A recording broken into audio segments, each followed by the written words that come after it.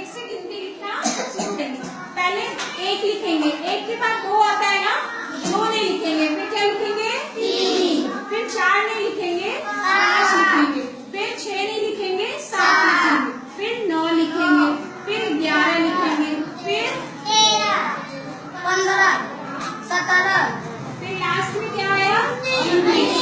यहाँ तक सबको समझ में आ गया बच्चों? फिर इधर से अब हम शुरू करेंगे 0 से।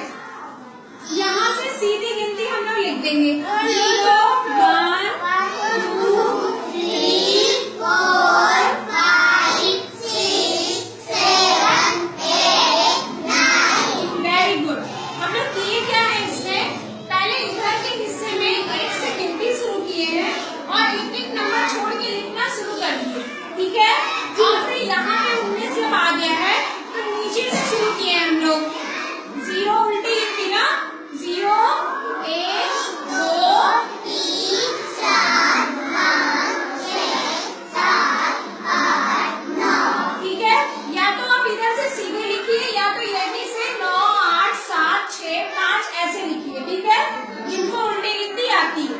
अब आप देखिए पहाड़ा तैयार हो गया ना, अब क्या होगा, 19 के 19 दूनी 19 तिहाई 19 चौके 76, 19 पचे 19 छक्का 19 सत्ते